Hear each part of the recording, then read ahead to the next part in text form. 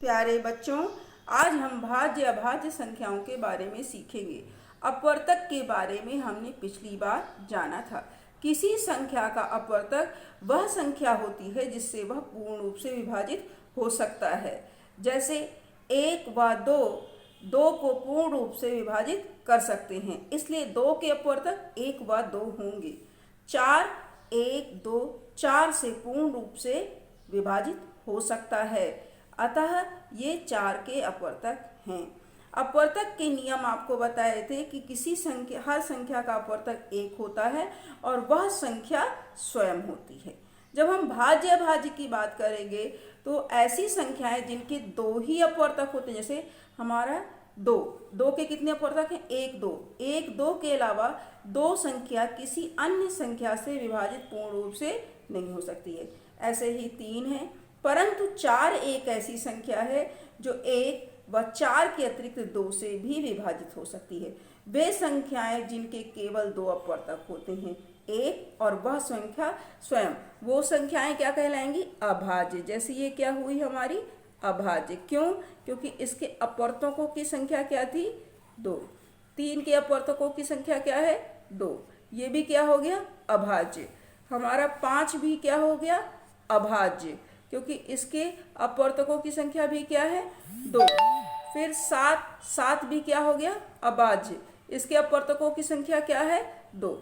अन्य संख्याओं को देखते हैं तो उन संख्याओं में 1 व वह संख्या स्वयं के अतिरिक्त अन्य भी अपवर्तक हैं। जैसे 4 के अपवर्तक 1, 2, 4 हैं, तो यह संख्या हमारी क्या हो जाएगी? भाज्य। ऐसी संख्याएं जो स्वयं व 1 के अतिरिक्त अन्य संख्याओं से भी कट सकती है, उन्हें भाज्य कहते हैं। यहाँ पे अपवर्तकों की संख्या हम देखते हैं तो अधिक है, जैसे यहाँ पर 3 है। यहाँ पर हम 6 के देखते हैं तो 1 और स्वयं के अतिरिक्त यह 2 या 3 से भी पूर्ण रूप से विभाजित हो सकता है, तो ये क्या कहलाएगा? भाज्य।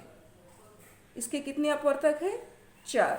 इसी तरह से अगर हम 8 की बात करें तो 1, 2, 4, 8, इन संख्याओं से 8 पूर्ण रूप से विभाजित हो सकता है, यानी स्वयं व 1 के अतिरिक्त अन्य संख्याओं से भी विभाजित हो सकता है। तो ऐसी संख्याएं जो स्वयं व 1 के अतिरिक्त अन्य संख्याओं से भी विभाजित हो सकती हैं, उनको भाज्य कहेंगे। और ऐसी संख्याएं जो 1 या स्वयं से केवल विभाजित होती हैं, उनको अभाज्य कहेंगे। इसे हम पढ़ लेते हैं परिभाषा भी। वे संख्याएं जिनके 2 से अधिक अपवर्तक होते हैं उन्हें भाज्य कहते हैं। जैसे 1, 2, 4 के क्या है? 2 से अधिक हैं, इनके भी 2 से अधिक हैं, इनके भी 1, 2, 3, 4 अपवर्तक हैं, इनके भी 4 अपवर्तक है, तो हमने इनको यहाँ क्या लिखा? भाज्य। ऐसी संख्याएं जो 1 और स्वयं के अतिरिक्त अन्य संख्या से पूरी विभाजित होती है, यानी 1 और स्वयं के अतिरिक्त। जैसे 6 हमारा 2 से विभाजित हो सकता है और 3 से भी विभाजित हो सकता है, तो ऐसी संख्याओं को भाज्य कहते हैं।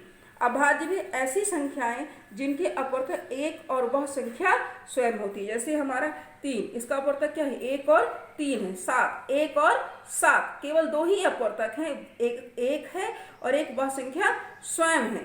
ऐसी संख्याएं जो 1 व स्वयं के अतिरिक्त किसी अन्य संख्या से पूरी विभाजित नहीं होती हैं, उन्हें अभाज्य कहते हैं।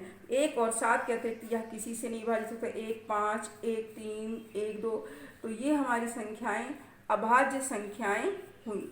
एक ऐसी संख्या है जो ना तो भाज्य है ना अभाज्य है। धन्यवाद बच्चों। और इस पे आपका होमवर्क है जिसे आपको करना है, वह दिया जा रहा है इसके साथ।